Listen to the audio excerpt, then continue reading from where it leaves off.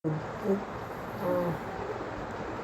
हम जिस टॉपिक पर चर्चा करेंगे वो है इकोनॉमिक इन्वायरमेंट, जिसमें हम इकोनॉमिक इन्वायरमेंट की परिभाषा और अर्थ और इसको दूसरा पॉइंट जो है उसका है फैक्टर इफेक्टिंग इकोनॉमिक इन्वायरमेंट, यानी उसको इकोनॉमिक इन्वायरमेंट को कौन कौन से घटक है जो प्रभावित करते हैं। तो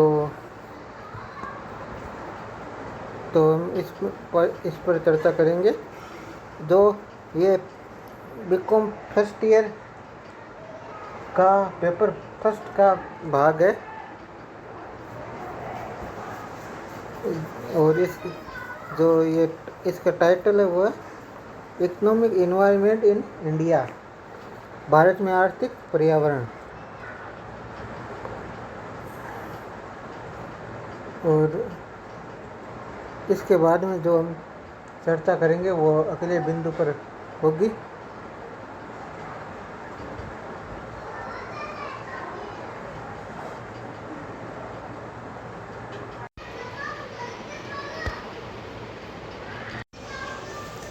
इसके बाद में जो टॉपिक होगा वो है भारतीय अर्थव्यवस्था की मौलिक विशेषताएं। तो इसमें हम टॉपिक शुरू करेंगे इकोनॉमिक इन्वायरमेंट यानी आर्थिक पर्यावरण की परिभाषा और इसको प्रभावित करने वाले घटक। बीकॉम फर्स्ट ईयर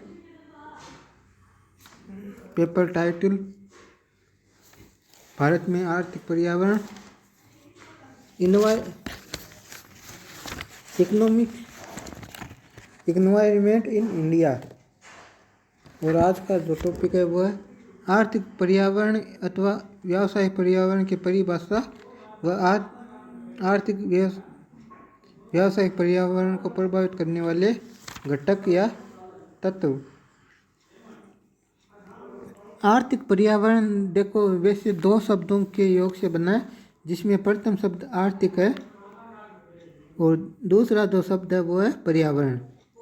आर्थिक का अर्थ उन क्रियाओं से है जिनका उद्देश्य धन उपार्जन करना होता है, और पर्यावरण का अर्थ उन बाहरी शक्तियों से है जिनका व्यवसाय पर प्रत्यक्ष आर्थिक प्रभाव होता है।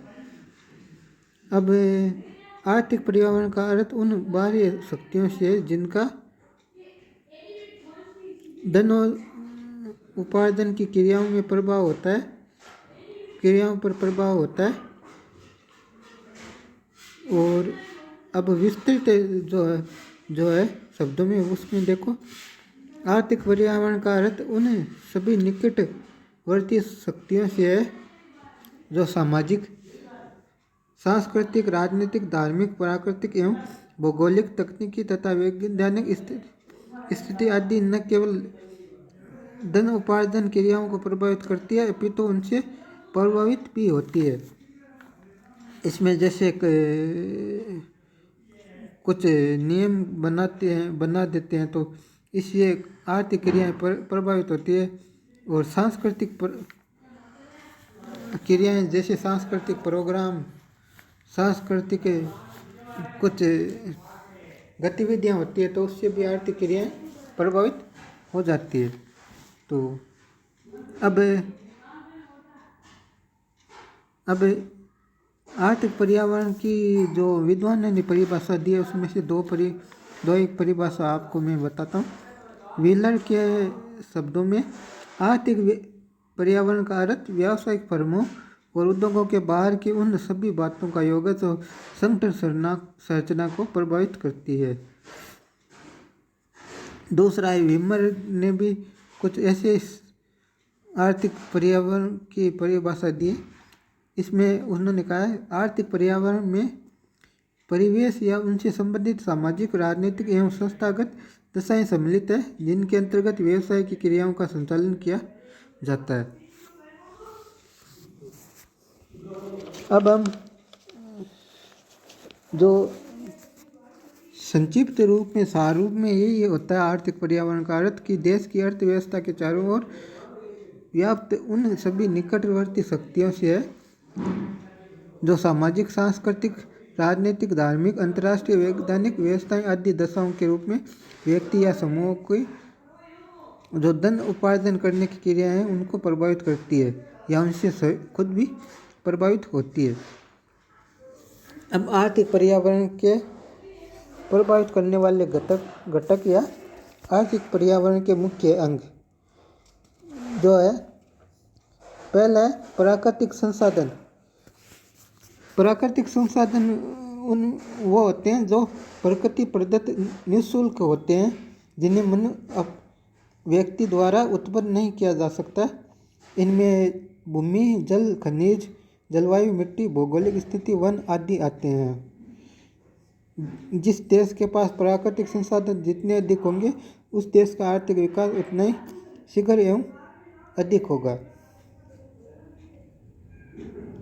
तो प्राकृतिक संसाधन भूमि, जल, खनिज जो निःशुल्क उपहार के रूप में दिए होते हैं मनुष्य को, उन्हीं को प्राकृतिक संसाधन हम कहते हैं। प्राकृतिक संसाधनों की अनुकूलता वाले देशों में आर्थिक विकास तीव्र गति से होता है एवं ज़्यादा मात्रा में होता है, जैसे संयुक्त राज्य अमेरिका एवं कनाडा इसके प्रमुख उदाहरण हैं। और यदि देखा जाए तो प्राकृतिक संसाधन उपलब्ध हैं एवं उनका समुचित उपयोग नहीं किया जाए तो कोई भी देश स्वतः ही आर्थिक विकास नहीं कर सकता। हमारा देश भारत इसका एक प्रमुख उदाहरण है। दूसरा है मानवीय संसाधन। इसमें जनसंख्या आती है। जनसंख्या किसी भी देश में आर्थिक विकास का साध्य एवं साधन दोनों है। जनसंख्या में गुणात्मक वृद्धि का आर्थिक विकास पर अनुकूल तथा संख्यात्मक वृद्धि का प्रतिकूल प्रभाव पड़ता है। भारत में जैसे बढ़ती हुई जनसंख्या आर्थिक विकास में बाधक है। हमारी आर्थिक प्रगति जनसंख्या रूपी बाढ़ से में बह जाती है। देश में गरीबी, बेरोजगारी एवं पिछड़ापन आदि प्रमुख समस्याओं का एक बुरा कारण हमारी बढ़ती जनसंख्या ही होती। तीसरा, आर्थिक विकास की गति। आर्थिक विकास की गति को भी आर्थिक पर्यावरण प्रभावित करता है।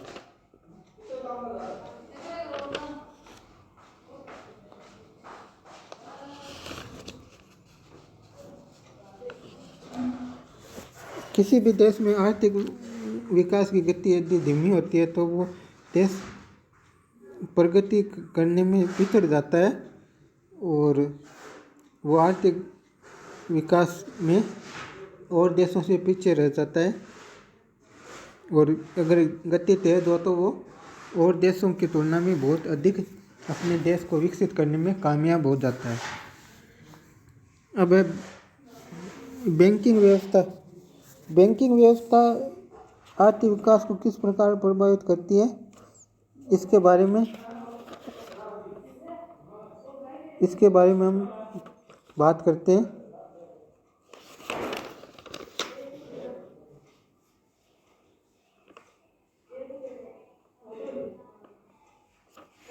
बैंकिंग व्यवस्था के कारण भी आर्थिक जो संरचना होती है देश की वो प्रभावित होती है, क्योंकि बैंक के द्वारा ही कई लोन दिए जाते हैं व्यक्तियों को जो वो अपने व्यापार को बढ़ाते हैं, व्यापार करने में सफल हो जाते हैं। इसलिए बैंकिंग व्यवस्था भी सुचारू रूप से सही ढंग से कार्य करती है तो फिर आर्थिक विकास होता है। इसलिए यह भी एक आर्थिक पर्यावरण को प्रभावित करती है, बैंकिंग व्यवस्था भी। अब करों की संरचना।